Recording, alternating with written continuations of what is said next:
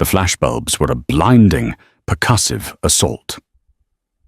From the back of a damp Chicago taxi, Nancy Pierce watched the man who had shattered her life step onto the red carpet. John Peake, her ex-husband, looked immaculate in a custom Tom Ford tux. On his arm was Tiffany, the 24-year-old influencer he'd left her for. They were the city's golden couple. And Nancy, 6 months pregnant with the child he'd abandoned before it was even a whisper, was the forgotten chapter. Tonight, he expected her to be a ghost. He never imagined she was the guest of honor. The invitation arrived on a Tuesday, a day already thick with the smell of turpentine and the metallic tang of morning sickness. It was nestled between a final notice from the gas company and a flyer for a discount pizza parlor. The envelope was so thick, so heavy with implied importance, that Nancy initially thought it was a mistake. She wiped her hands, stained with gesso, on her denim apron. Her small one-bedroom apartment in Wicker Park was her sanctuary and her prison, paid for with the last dregs of her meager divorce settlement. The cardstock was a creamy, impossible weight. Engraved in sweeping gold calligraphy were the words, "The St. Jude Children's Foundation Annual Hope Gala." Nancy's breath caught. Her stomach, already protesting the pregnancy, did a painful flip. This was their gala, hers and John's. For 5 consecutive years, it had been the pinnacle of their social calendar. It was the night John Peake, a rising star in corporate finance, solidified his connections, laughed with the city's elite, and showcased his beautiful, elegant, and silent wife. Nancy had played her part perfectly. A graceful accessory in the gilded cage of their marriage. She had chosen the gowns, networked with the wives of his superiors, and smiled until her face ached, all to fuel the ascent of the man she loved. Now, holding the invitation in her cramped apartment, the memories felt like an assault. The scent of John's ridiculously expensive cologne, the cold weight of the diamond necklace he'd called her reward for a successful quarter, and the low, dismissive tone he used when she dared to mention her own dreams. Historical preservation, Nancy? Be serious, he'd scoffed one evening, swirling a glass of scotch that cost more than her monthly groceries did now. It's a dusty, pointless hobby. Your job is to support me. Our future is in this boardroom, not some grimy workshop. He had whittled her down, piece by piece, until her passion for bringing history back to life was nothing more than a secret shame she indulged in when he was away on business trips. Then came the ultimate betrayal. Tiffany, a woman whose entire life was a curated collection of brand deals and vapid inspirational quotes. John hadn't even had the decency to be discreet. He'd left Nancy with a sterile email from his lawyer and a gnawing emptiness that felt like a physical wound. The divorce had been swift and brutal. He had the better lawyers, the public sympathy he'd manufactured, and the social standing. He took the house, the friends, the life they had built. Nancy was left with a settlement that barely covered 6 months of rent and the crushing weight of her own perceived failure. 2 weeks after the ink was dry, she'd stood over the toilet in this tiny apartment, watching 2 pink lines appear on a plastic stick. Pregnant. She had tried to tell him. She'd called his lawyer, her voice trembling. The response came via email. Mr. Peake considers this a desperate, last-ditch attempt at extortion. He will not be entertaining any further claims. He hadn't just left her. He had left them. So why, after 2 years of silence, was this invitation here? She scanned the card again, and her heart sank. At the bottom, in smaller print, featuring the unveiling of the designs for the new Haven of Hope pediatric wing, courtesy of a private benefactor. Her designs, her wing. For the last 18 months, Nancy had poured her soul into that project. After the divorce, she'd taken what little she had and started a small, one-woman design firm, Pierce Preservation. She worked out of this apartment, taking on small, forgotten projects from minor historical societies. Then, 6 months ago, an inquiry had come through a secure portal from a law firm representing an anonymous client. They had a damaged 1920s-era hospital wing they wanted to restore and redesign. They were looking for someone with a delicate touch, someone who valued authenticity over speed. They had seen her pro bono work on a small library in Pullman and were impressed. The pay was astronomical, enough to secure a future for her and her baby for years. But it was more than that. Working on the Haven of Hope wing had been a spiritual journey.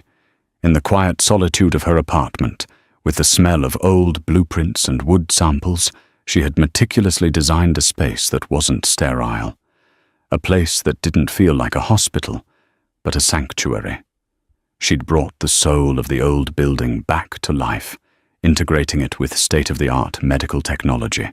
The client, known to her only as Mr. Thorne through his lawyers, had been respectful, demanding, and utterly professional. Now he was unveiling his prized project at the very gala that symbolized her old life. She had to be there. Her contract stipulated her attendance.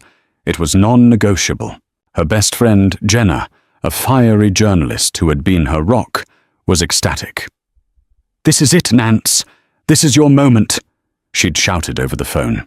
"You are not going as John Peake's pathetic ex-wife. You are going as Nancy Pierce, the brilliant architect who is giving sick kids a place to heal. You have to rub it in his face." "He'll be there, Jenna." "With her," Nancy whispered, the words tasting like ash. The thought of John seeing her, pregnant, the humiliation, the judgment. "So, let him see you," Jenna's voice was fierce. "Let him see the incredible woman who is building a life and a baby on her own 2 feet. Let him see the talent he called a dusty hobby. This isn't about him anymore. This is about you claiming your victory." Jenna was right. But the thought of seeing John, of feeling his dismissive gaze on her swollen body, sent a tremor of pure, unadulterated fear through her. It was one thing to be a success in the quiet anonymity of her apartment. It was another to face the architect of her heartbreak in the arena where he was king. She looked at her reflection in the darkened window. The woman staring back was tired, her face a little thinner despite the pregnancy, but her eyes held a spark of determination. She took a deep breath, her hand resting protectively over her stomach. She would go. Not for revenge, and not for John. She would go for the woman in the reflection, for the child beneath her heart, and for the haven of hope waiting to be seen. Preparing for the gala felt like excavating an archaeological dig of her former self. In the back of her closet, behind the practical maternity jeans and comfortable sweaters that defined her current life, was a single garment bag. Inside hung the ghost of Nancy Peake, a floor-length gown of shimmering navy silk by a designer whose name she could no longer bring herself to say. It had cost a sickening amount of money, purchased for the last gala she'd attended with John. He had picked it out, of course. "It makes you look appropriate," he'd commented, his approval as thin and cold as the fabric itself. Appropriate. Not beautiful, not stunning. Appropriate. A suitable accessory. She pulled it out. The zipper wouldn't even go up halfway over her new body. A wave of self-loathing washed over her, followed by a sudden, sharp anger. Wearing this, even if it did fit, would feel like donning a costume of her own subjugation. It represented everything she was trying to escape. A woman whose value was determined by the man on her arm and the label on her back. With a resolve that surprised her, she zipped the bag shut and pushed it back into the darkness. She would not wear John's armor to this battle. She had so little money. The fee from Mr. Thorne was secure, but it was locked in escrow until the project's public launch. Tonight. Her credit cards were hovering near their limits. She went to a high-end consignment shop on Armitage Avenue, a place where the city's elite shed their last-season treasures. She felt a familiar pang of shame, remembering when she used to donate to places like this, not shop at them. After an hour of searching, her back aching and her feet swelling, she found it. It was a dress that the old Nancy would never have dared to wear. It was a deep forest green velvet, a maternity cut that was deceptively simple. It didn't try to hide her pregnancy, it celebrated it. The velvet draped over her bump in a way that was elegant, strong, and utterly defiant. It had long sleeves, a modest neckline, and seemed to drink the light.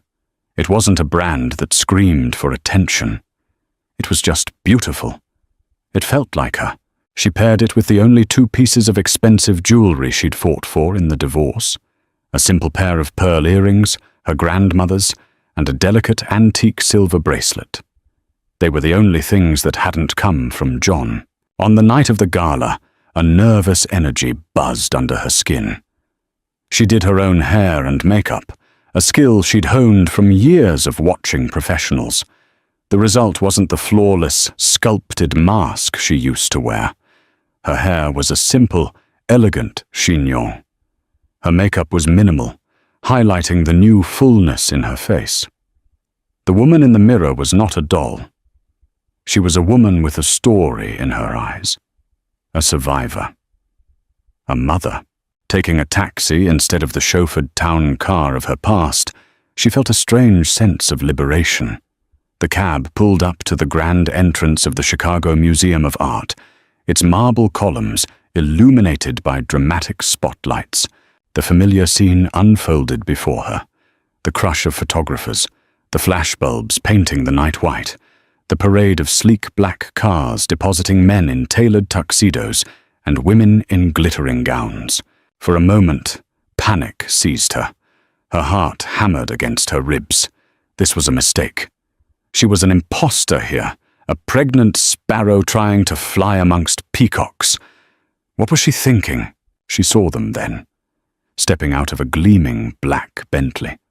John, looking impossibly handsome and confident, and Tiffany, on his arm, a confection of pale pink chiffon and diamonds, laughing that high, tinkling laugh that always seemed to be for an invisible audience. Nancy shrank back in her seat, a physical pain lancing through her. "Mom, you getting out?" the cab driver asked, his voice rough. "Go," she whispered, her voice choked. "Just go around the block, please." She couldn't do it. She couldn't walk in there. She couldn't face them. She couldn't endure the whispers, the pitying looks, the realization on John's face. As the cab circled, her phone buzzed. It was a text from the event coordinator. "Ms. Pierce, Mr. Thorne's assistant is looking for you. He'd like to ensure you are settled in comfortably before the unveiling. Please find Ms. Albright upon your arrival." The name Thorne was like a splash of cold water. This wasn't about John. This was about her work. This was her professional obligation. Her masterpiece, the design that had cost her 18 months of sleepless nights and tears, was in that building. She had spent over a year of her life on it. She would not let John Peake, a man who couldn't tell a blueprint from a placemat, take this night from her, too. Her hand went to her belly. "We will not," she thought. "Stop here," she told the driver, her voice firm. She paid the fare, stepped out of the cab, and, ignoring the chaotic glamour of the red carpet, walked straight towards a discreet side entrance marked "Staff and Featured Guests." The side entrance was a blessed relief. Instead of the judgmental glare of the press, she was met by a polite security guard and a woman with a clipboard. "Ms. Pierce?" the woman asked, her smile professional. "Yes," Nancy said, her voice steadier than she felt. "Wonderful. Ms. Albright is waiting for you just inside. Mr. Thorne is so looking forward to meeting you. Your work is... well, he's truly impressed." The guard checked his list, nodded respectfully, and opened the door. Inside, the cacophony of the entrance faded into the sophisticated hum of the event. The air in the vast, vaulted hall smelled of hothouse flowers and money. Waitstaff moved with silent efficiency, balancing trays of champagne and sparkling water. Nancy gratefully took a water. The hall was filled with the city's most powerful people, their conversations a low, melodic buzz. And then she saw him, John. He was holding court near the grand staircase, Tiffany clinging to his arm, looking up at him with doe-eyed adoration. He was in his element, the center of his universe. Nancy's stomach twisted into a tight, painful knot. The baby gave a sharp kick, as if sensing her distress. She felt a primal urge to turn and flee, to run back to the safety of her small apartment and the comforting smell of turpentine. But then her eyes drifted past him, towards the stage at the far end of the hall. Upon it, shrouded in a sheet of St. Jude's blue velvet, was a large, beautifully crafted 3D architectural model. Her purpose. Straightening her shoulders, she lifted her chin. She was no longer Nancy Peake, the timid wife. She was Nancy Pierce, the architect, and she had every right to be here. She tried to remain inconspicuous, skirting the edges of the crowd, her eyes fixed on the velvet-draped easel. She was an artist, not a socialite. She just needed to get through the next hour, see her work unveiled, and then slip away before anyone noticed her. But in a room where every glance was a transaction and every face was catalogued, anonymity was a luxury she couldn't afford. Especially not now. She could feel the first few curious glances at her belly, the whispers starting. "Is that? I thought he—" "Well, well, well. Look what the cat dragged in." The voice, dripping with saccharine condescension, cut through the ambient noise. Nancy froze, her back rigid. She didn't have to turn to know who it was. "John," she composed herself. She took a slow, deliberate sip of her water. She placed a calming hand on her stomach. Then she turned. He stood there, a smug, predatory grin plastered on his face. Tiffany was beside him, her expression a perfect mask of polite curiosity. But her eyes, sharp and critical, were doing a swift, brutal appraisal of Nancy's dress, her hair, her very presence, and then their eyes collectively dropped to her stomach. The smug grin on John's face vanished, replaced by a mask of slack-jawed, uncomprehending shock. Tiffany's perfectly manicured hand flew to her mouth. "John," Nancy said, her voice surprisingly steady. "Tiffany, you both look well." John's eyes, wide and furious, snapped from her belly to her face. "Nancy, what is this?" His voice was a low growl, his public smile forgotten. He was looking at her pregnancy as if it were a betrayal of him. "I'm surprised to see you here," Tiffany chimed in, recovering first, her voice a high-pitched giggle. "Oh, Nancy, sweetheart, are you okay? Did you get a temp job with the catering staff?" The jab was designed to hurt, to remind her of her fall from grace.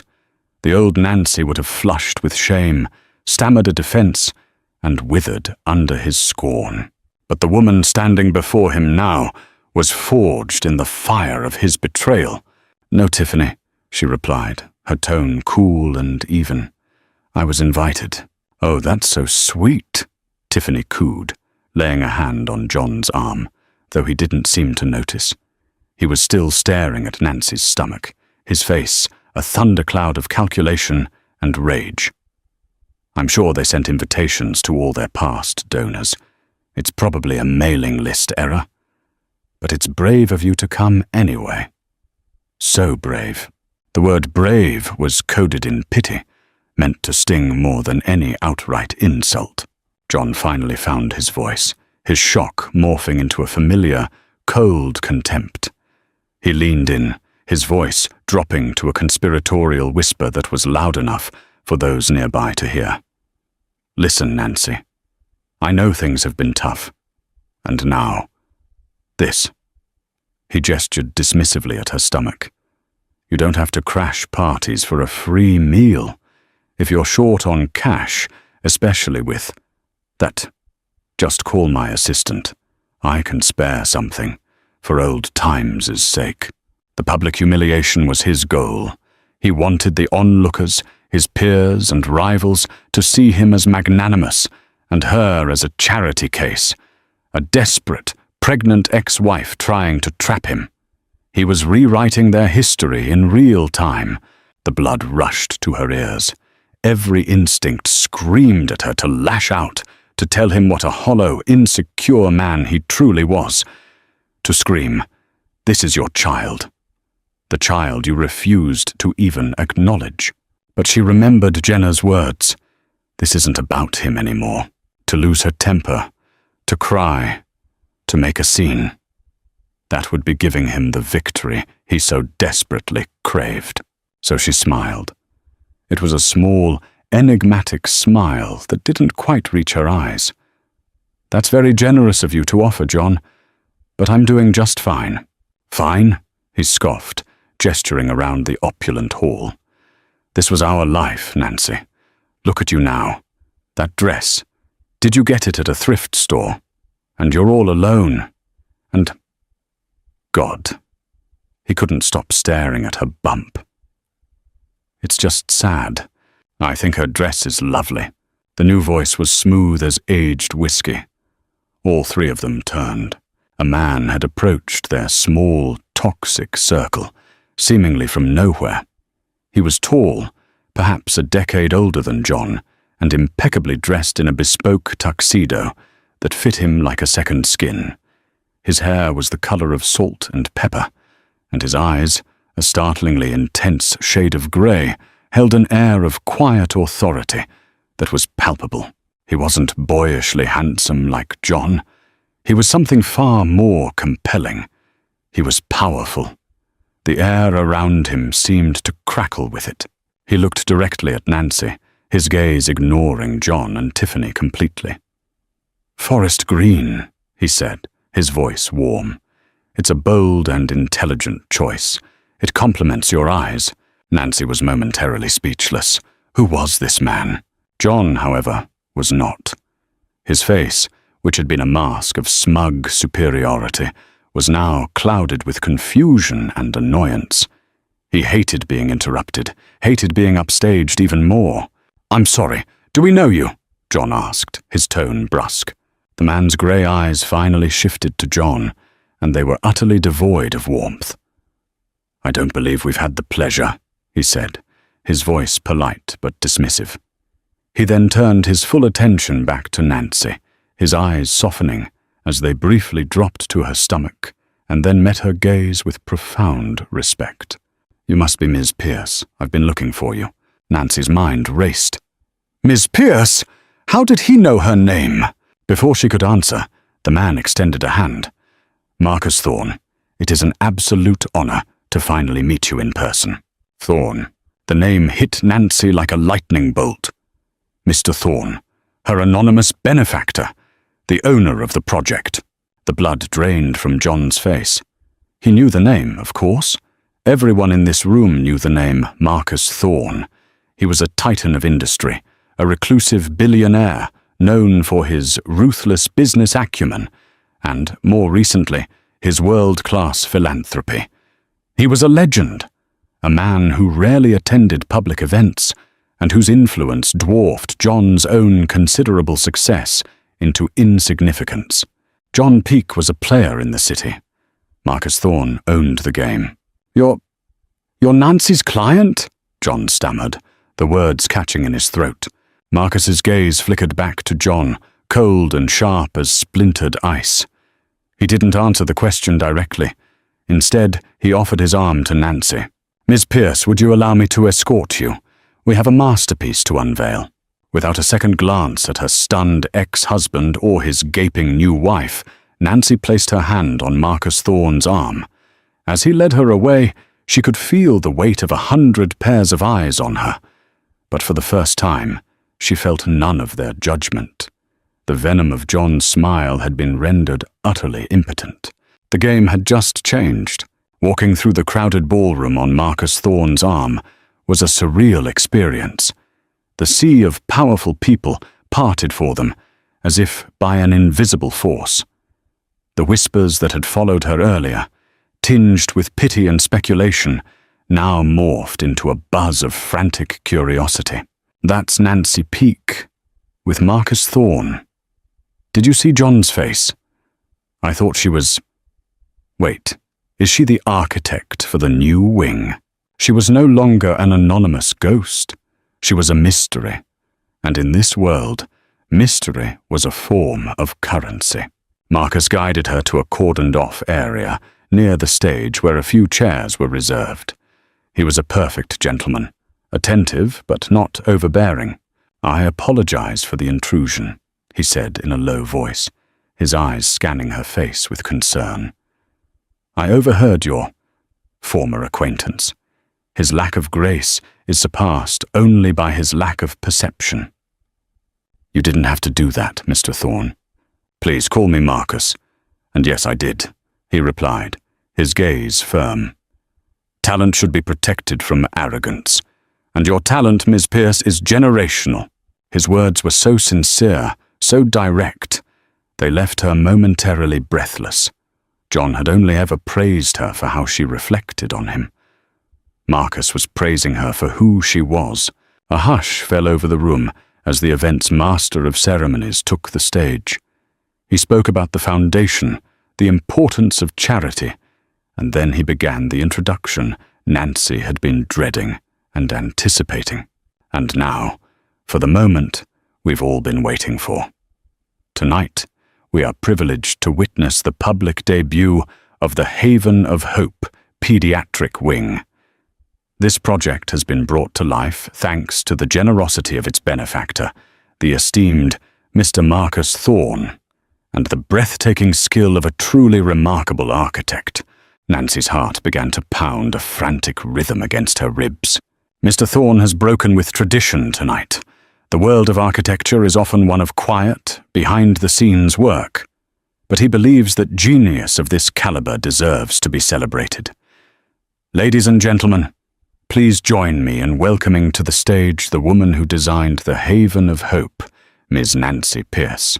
A polite, then growingly enthusiastic round of applause filled the hall. A spotlight found her. For a terrifying second, she was frozen. She felt Marcus's hand give a gentle, reassuring squeeze on her arm. "Go on," he murmured.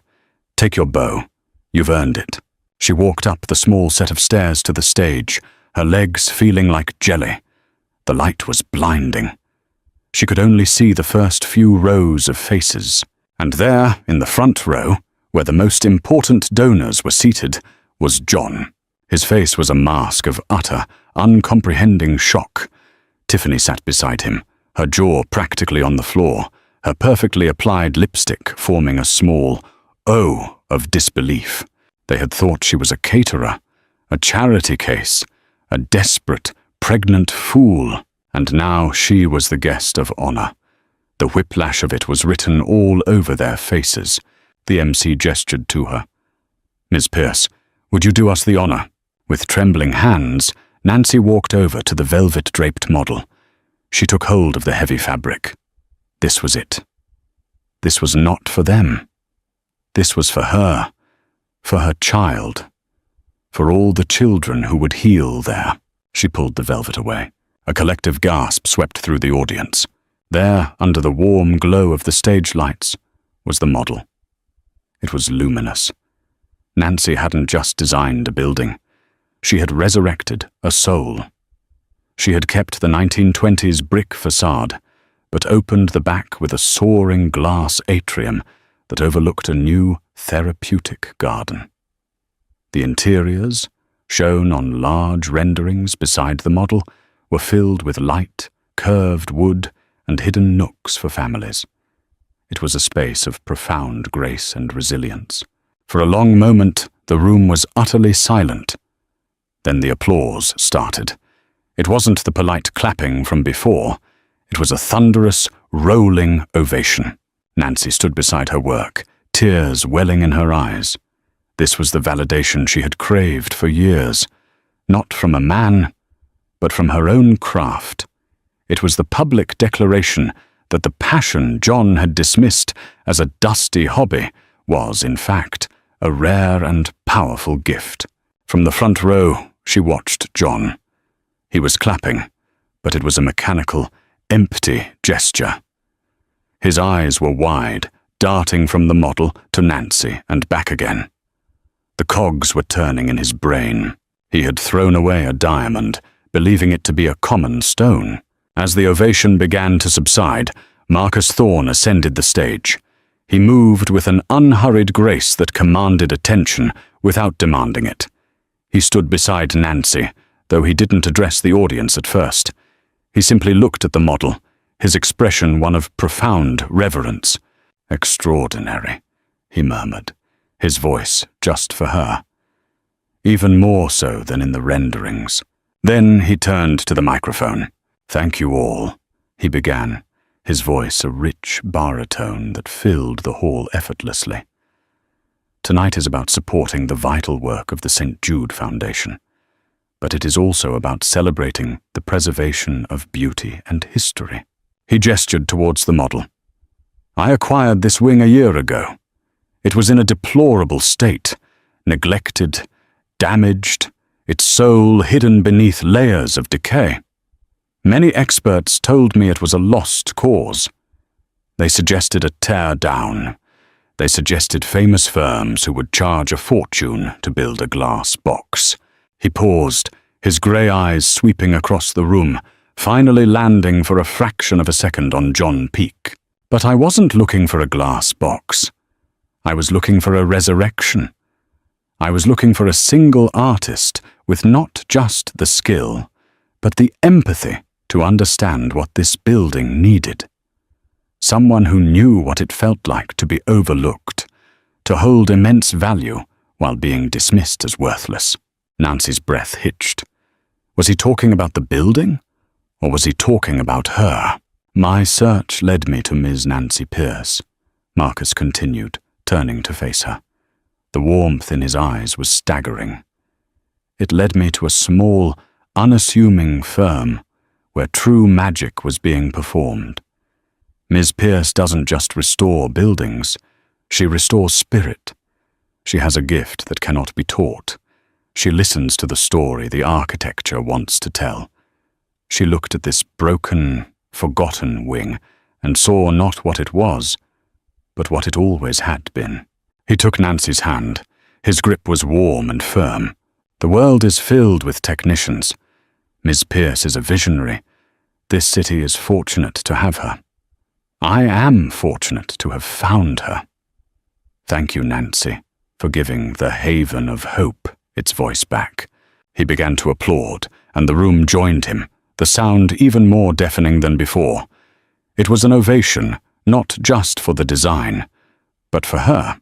John's dismissal echoed in her mind, a dusty, pointless hobby, and it sounded so foolish, so utterly ignorant, that she almost laughed. As Marcus led her off the stage, the night became a blur. People surged forward, a constellation of the city's most influential figures, all clamoring for an introduction. Curators from the museum, wealthy donors, hospital board members. They all wanted to talk to her, to praise her work, to ask about her process. She answered their questions, her voice gaining confidence with each interaction.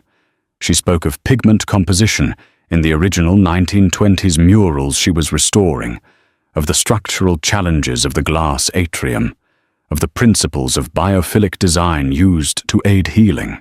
She was an expert in her field, and for the first time she was being seen as one.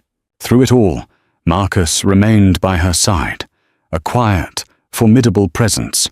He deflected the overly aggressive, facilitated introductions with the insightful, and ensured her water glass was never empty. She caught a glimpse of John across the room. He was standing alone, Tiffany having been absorbed by a gaggle of other young, beautiful wives. He was watching Nancy, his expression a toxic cocktail of fury, bewilderment, and something she had never seen on his face before: regret. He looked like a man who had just watched his losing lottery ticket get struck by lightning. Later, in a quieter moment near the terrace, Nancy finally asked the question that had been burning in her mind. "Marcus, your speech. You said you were looking for someone who knew what it felt like to be overlooked. How could you have known?" A small, sad smile touched his lips. "My firm does extensive due diligence before engaging in any significant contract, Miss Pierce, especially one involving an asset of this value. I don't just research a person's professional history. I research their character." He met her gaze, his own eyes filled with a surprising depth of understanding. "I read about your divorce. I read the slanderous, one-sided articles that your ex-husband's publicist planted in the society pages. I saw the narrative he tried to create. And then," he continued, "I saw your work, and I realized that the man who wrote that narrative was a fool. He was a man who owned a priceless work of art and kept it in a dark, dusty attic because he was too blind to see its worth. I simply provided the gallery it deserved." The directness of his analogy, the sheer, breathtaking validation of it, struck Nancy to her core. He hadn't just hired an architect. He had seen her. It was then that she saw John approaching them, his face a thunderous mask. He had finally decided he couldn't stand being irrelevant in her story any longer. John stormed towards them, his movement stiff with fury. The practiced charm he wore like a second skin had vanished, leaving behind the raw, ugly entitlement that Nancy knew so well. He ignored Marcus completely, his eyes locked on her, blazing with a possessive anger that made her skin crawl. "Nancy, we need to talk," he said, his voice a low, commanding growl. He didn't ask. He ordered. Before Nancy could even form a response, Marcus stepped slightly forward. A subtle but unmistakable movement that placed him between her and John. "I don't believe Miss Pierce has anything to say to you, Mr. Peake." John's jaw tightened. He finally acknowledged the other man, his eyes narrowing with contempt. "This is a private matter. It's between me and Nancy. You have no idea what our history is." "On the contrary," Marcus replied, his voice dangerously soft. "I have an excellent idea of your history. And from what I can surmise, it's a history Ms. Pierce is rightly putting behind her." The blatant dismissal sent a wave of dark red flushing up John's neck. He was a man accustomed to being the most important person in any room. To be so thoroughly and calmly neutered by Marcus Thorne was a public emasculation he couldn't bear. He turned his venom back to Nancy, his voice dripping with false intimacy. "Nance, don't be foolish," he hissed, trying to draw her in. "Don't you see what this is? He's using you. Men like him, they collect pretty things. You restored his building. Now you're the flavor of the month." He took a step closer, his eyes dropping to her stomach again, his voice lowering. "You're carrying my child, Nancy. My child. You think I'm going to let some collector play house with my family?" It was a desperate, pathetic attempt to reclaim ownership, to position himself as her protector, as the father, after he had explicitly rejected that role. The audacity of it, after years of belittling her passion and months of abandoning his child, was staggering. Nancy felt a cold, clear anger rise within her, silencing the last vestiges of her fear. "You didn't discover me, John," she said, her voice ringing with a clarity that surprised even herself. "You tried to bury me. And this," she said, placing a hand on her belly, "is not your family. You made that clear when you had your lawyer accuse me of extortion. This is my child, and my life." The truth of her words hung in the air between them, sharp and undeniable. John's face contorted, a mixture of rage and desperation. He was losing control. He reached out, his hand grasping for her arm. "Nancy, stop this nonsense," and he never finished the sentence. In one smooth, deliberate motion, Marcus moved. He didn't push John. He didn't raise his voice. He simply turned to Nancy, his intense grey eyes searching hers. He saw the flicker of old fear she was trying to fight. He saw the new strength warring with years of conditioning, and in that moment he made a decision. He cupped her face in his hands, his touch surprisingly gentle.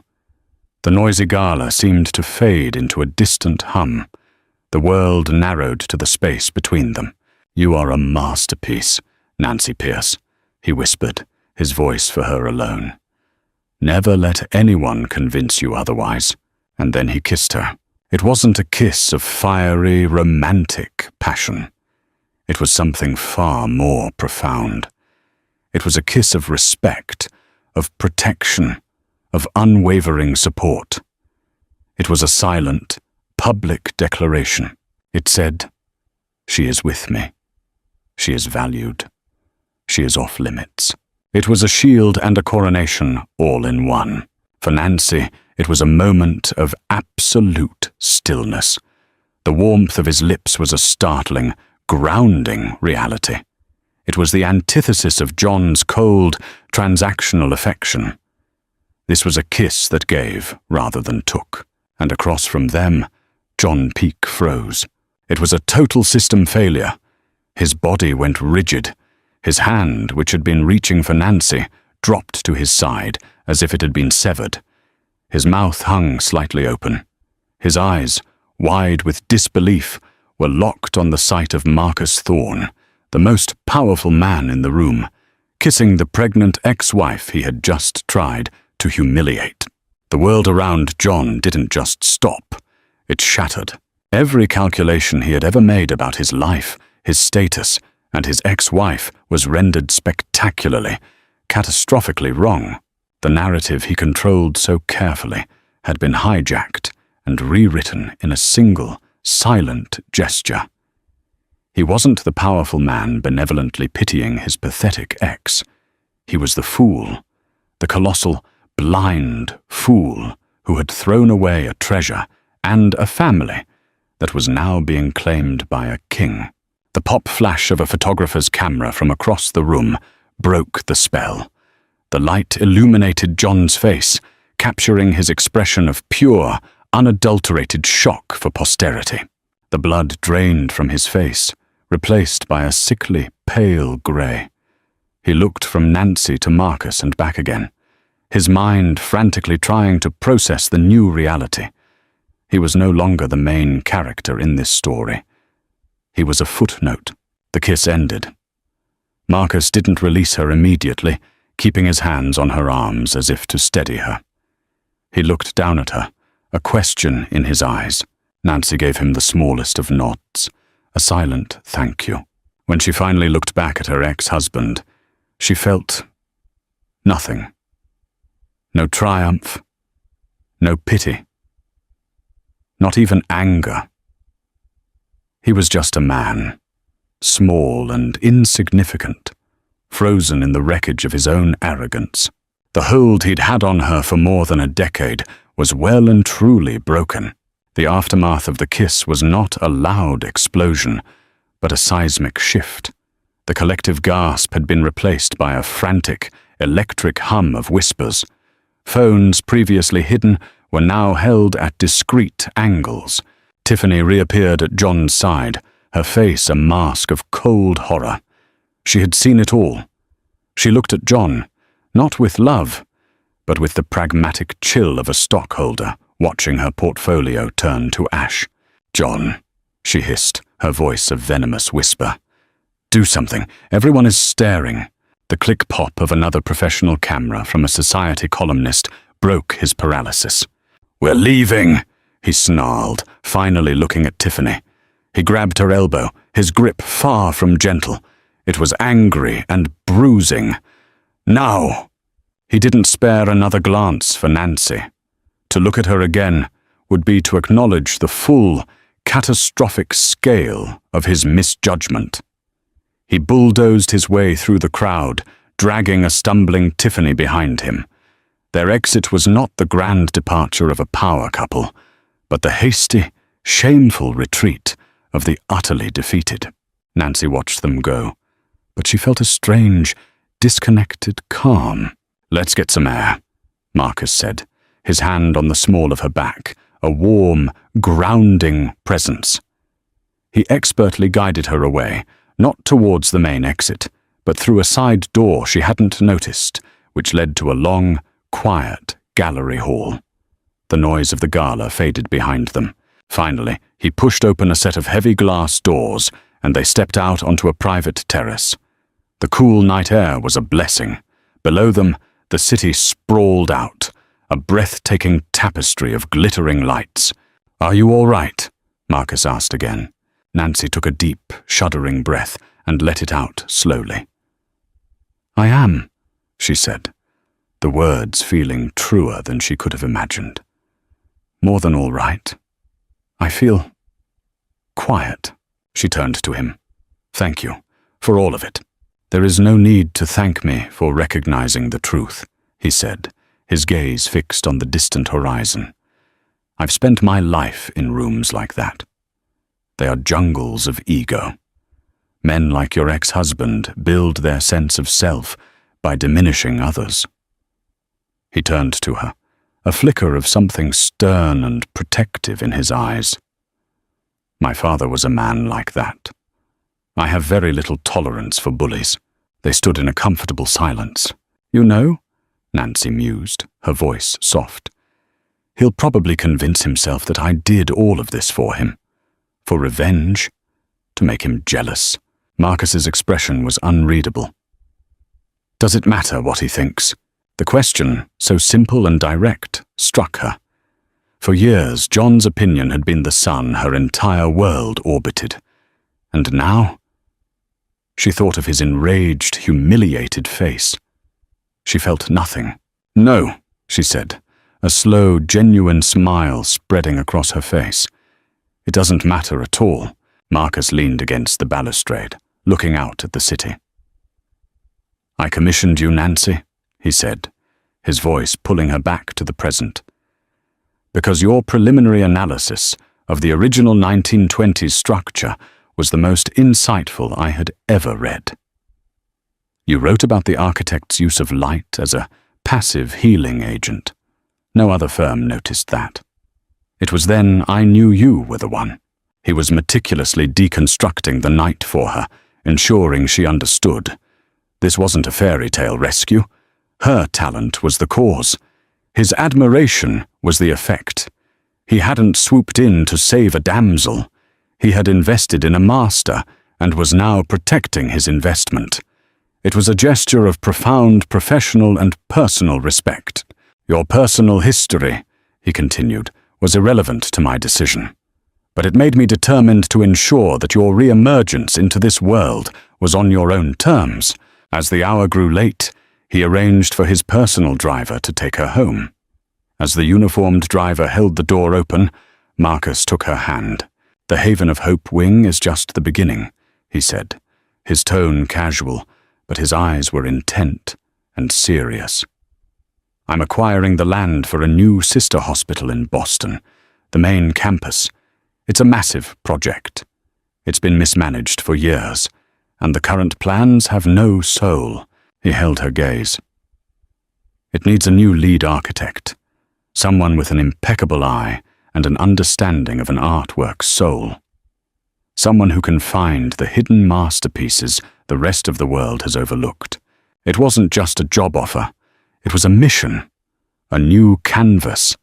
He was offering her a space to use her unique gift, not just to restore old works, but to build new ones. Nancy looked at this powerful, intelligent man. Then she thought of her small apartment, her quiet studio, and the life she had painstakingly rebuilt for herself, piece by tiny piece. This time, she wouldn't be entering this world as a +1. She would be entering it through the front door, with her name, Nancy Pierce, on the letterhead, celebrated for the work of her own hands and the vision of her own mind. A radiant, genuine smile lit up her face, a smile that came from a place of deep, hard-won peace. "I think," she said, her voice full of a hope and excitement she hadn't felt in years, "that I would be very interested in hearing more." As the sleek car pulled away from the Grand Museum, Nancy looked out the window. She wasn't leaving a battlefield. She was leaving a monument to a past life she had now fully laid to rest. The road ahead was unknown, an unpainted canvas, but for the first time in a very long time, she was holding the brush, and she wasn't just building for herself anymore. She was building for two. Nancy's story isn't just about a woman finding a new man. It's about a woman finding herself again, and in doing so, securing a future for her child. It's a powerful reminder that our worth is not defined by who we are with, but by who we are. She walked into that gala as a ghost of someone else's past, but she walked out as the architect of her own future. Her victory wasn't in John's humiliation, but in her own quiet, unshakable self-worth, a value that was finally recognized by someone who could see the masterpiece underneath the grime. What did you think of Nancy's incredible transformation? Have you ever had a moment where you realized your own strength after being underestimated? Let us know in the comments below. If her story of resilience and empowerment inspired you, please hit that like button, share this video, and don't forget to subscribe for more unforgettable stories of triumph.